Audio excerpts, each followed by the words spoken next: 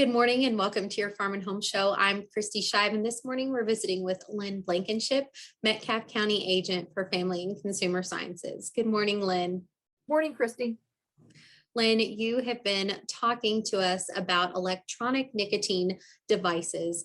Now, Lynn, today you are going to dive in a little bit more. Is the exposure to secondhand e-cigarette aerosol harmful?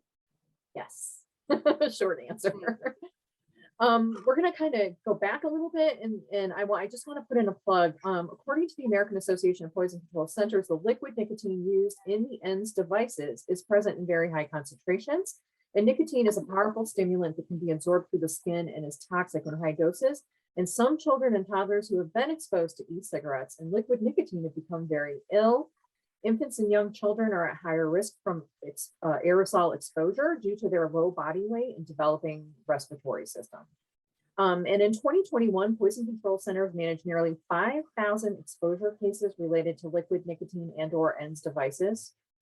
And I just want to say that you can reach your local poison control center by calling the Poison Health Hotline at 1-800-222-1222. And you can get the number saved in your mobile phone by texting poison to 797979. So children from birth to 6 years of age have respiratory rates, which is the number of breaths they take per minute, that is 3 to 6 times faster than that of adults.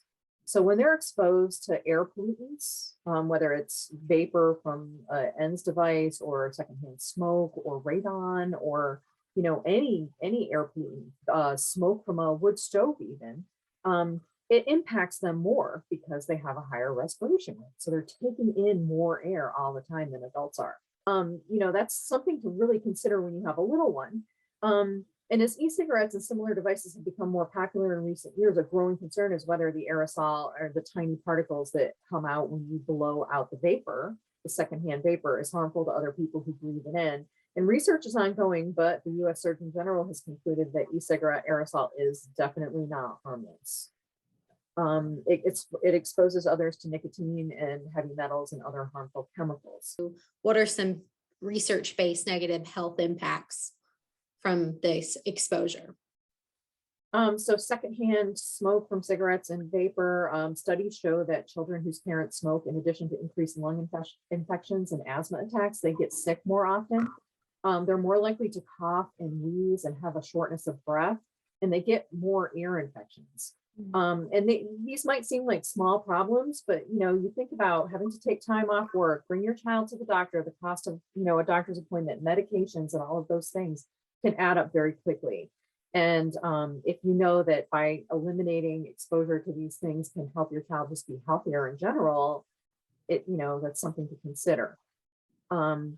So there's that. Lynn, how can a person minimize the exposure of young children to thirdhand smoke?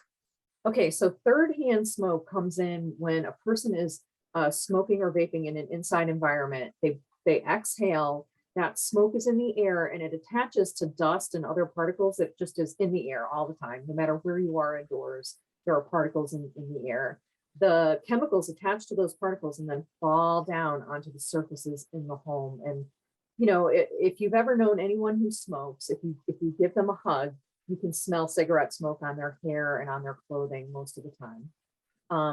And so it's the same way in a home of someone who's smoking, or in a car, in a vehicle. So thirdhand smoke is actually a residue that forms from the secondhand smoke as it comes down through the air and the dust and it falls on those surfaces. And if you think about young children, especially babies and toddlers, they spend a lot of time on the floor. And what else do? They put their hands and toys and everything in their mouth. That's just a phase they go through. That's how they explore the world. And so young children are at a much higher risk to absorb toxic chemicals that way from the environment. So if you want to limit their exposure, you want to make sure that you don't smoke or vape in your home or in your vehicle where you're going to have your children are going to be spending a lot of time. Lynn, thank you so much for educating us today. If you would like more information on electronic nicotine devices, be sure to contact your local extension office. Thanks for joining us, and we'll see you next time.